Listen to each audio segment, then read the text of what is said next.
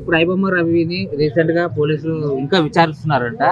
So ఇదంతా fake అని చెప్తున్నారు చాలా మంది. అంటే ఇప్పుడు పోలీసులు వాళ్ళు చెప్పింది ఏంటంటే మేము జాబ్ ఇవ్వడము అదంతా ఫేక్, ఆయన ఇంకా విచారిస్తున్నాము, ఆయన ప్రశ్నలు అడుగుతున్నాం అని చెప్పారు పోలీసులు రీసెంట్ గా. దీని గురించి ఏం చెప్తారు? అదంతా ఫేకే. కస్టడీలోకి తీసుకున్నారు ఐబొమ్మ రవిని. కూకట్పల్లిలో దొరికిపోయాడు. కూకట్పల్లిలో ఆయనకు ఓన్ ఫ్లాట్ ఉంది, అది అమ్ముకోవడానికని వచ్చినప్పుడు వాళ్ళ భార్య సహాయంతోనో బంధువుల సహాయంతోనో పోలీసుల చేతికి చిక్కాడు. పోలీసులు ఎక్కడైనా కస్టడీలోకి తీసుకెళ్ళి జాబ్ ఆఫర్ చేస్తారా? నిజంగా చాలా హాస్యాస్పదంగా ఉంది.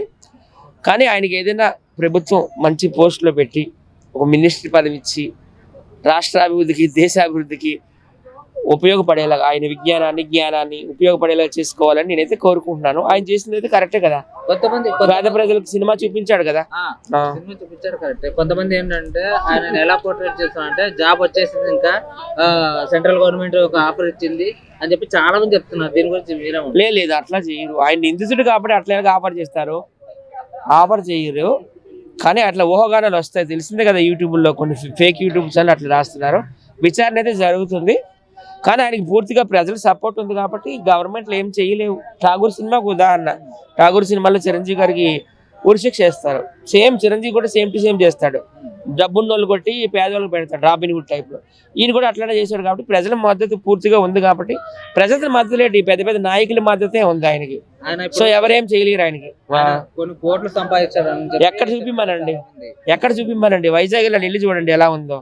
కూకట్పల్లి ఆయన ఫ్లాట్ ఇల్లు చూడమండి. ఒక సామాన్య మధ్యతరగతి కుటుంబంలో ఉన్న వాళ్ళు ఎట్లాగే జీవిస్తున్నారు, ఆయన కూడా అట్లానే జీవిస్తున్నాడు. కాబట్టి ఆయనకి శిక్ష పడదు. ఆయన ఏం ఆస్తులు సంపాదించుకోలేదు. అంటే ఆయన ఎలా చేస్తున్నారంటే ఇప్పుడు సినిమా ప్రొడ్యూసర్లు మన నెట్వర్క్ ఏం చేస్తారు, సంబరాలు చేసుకుంటారు వాళ్ళు. కాకపోతే ఏంటంటే ఇంకా మాకు రావాల్సినట్టు ఉన్నాయి అమౌంట్, ఆయన చాలా మందికి నష్టం చేశాడని చెప్తున్నారు వీళ్ళంతా. ఒక 100 మంది నిర్మాతలు నష్టపోయారు రాబిన్ హుడ్ వల్ల. కానీ ఇప్పుడు 2 రాష్ట్రాల్లో తెలుగు వాళ్ళు 12 కోట్ల మంది ఉన్నారు. సో 12 కోట్ల మంది పేద ప్రజలైతే లాభపడ్డారని నేనైతే అనుకుంటున్నాను. ఒక 100 మంది నిర్మాతలు నష్టపోయారు. ఆ నిర్మాతలు కూడా ఒకసారి పునరాలోచించుకోవాలి. ఒకప్పుడు 100 రూపాయలు 50 రూపాయలు టికెట్ ఇప్పుడు 1500 2000 ఎందుకు అయ్యింది? సామాన్య ప్రజలు అసలు వెళ్ళగలరా? ఒక హీరో రెమ్యునరేషన్ 200 కోట్లట 300 కోట్లంట. అదే ఒక ఆర్టిస్ట్ దగ్గరికి వచ్చేసరికి 700 800 ఇస్తున్నారు. అంటే ఇంత తేడా ఎక్కడ ఉంది అసలు?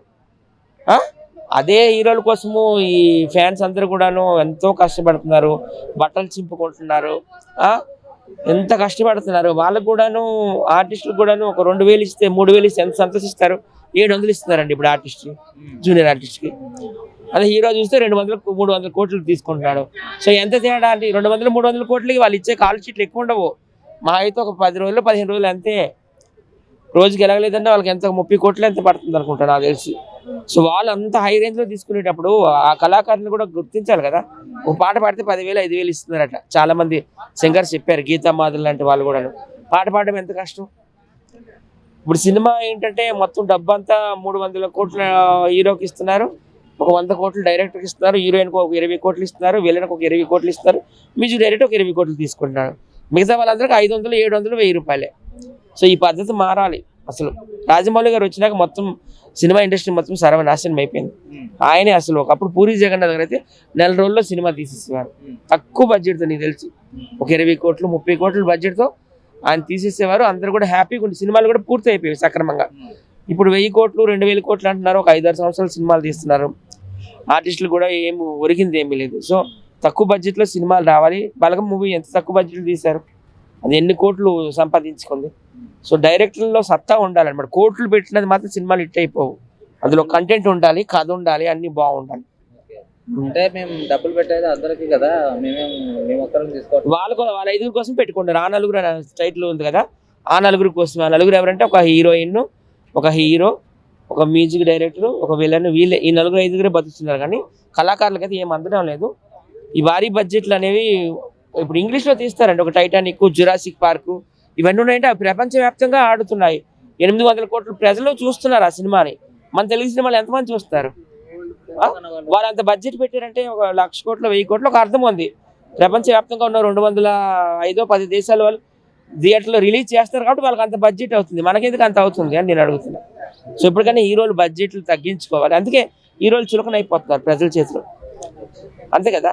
వాళ్ళు ఎంత తింటున్నారు అని చెప్పి హీరోలు కూడా ఇప్పుడు వాల్యూ లేకుండా అయిపోయి ఒకప్పుడు హీరోస్ అంటే తమిళనాడులో ఎంజీఆర్ని కావచ్చు, హిందీలో దిలీప్ కుమార్ని కావచ్చు, మన తెలుగులో సీనియర్ ఎన్టీ రామారావుని కావచ్చు, వీళ్ళందరినీ దేవుళ్ళు అనేవారు, డెమిగాడ్స్ అనేవారు. ఇప్పుడు అట్లా అనడం లేదే, హీరోలు తిడుతున్నారు, హీరోలు జైలు వేస్తే వేయండి ఇంకా వేయండి ఇవ్వండి అంటున్నారు. పేర్లు ఎందుకని మీకు తెలిసిందే కదా, కొంతమంది హీరోలు అయితే ఇక్కడ రానివ్వద్దని కూడా అంటున్నారు.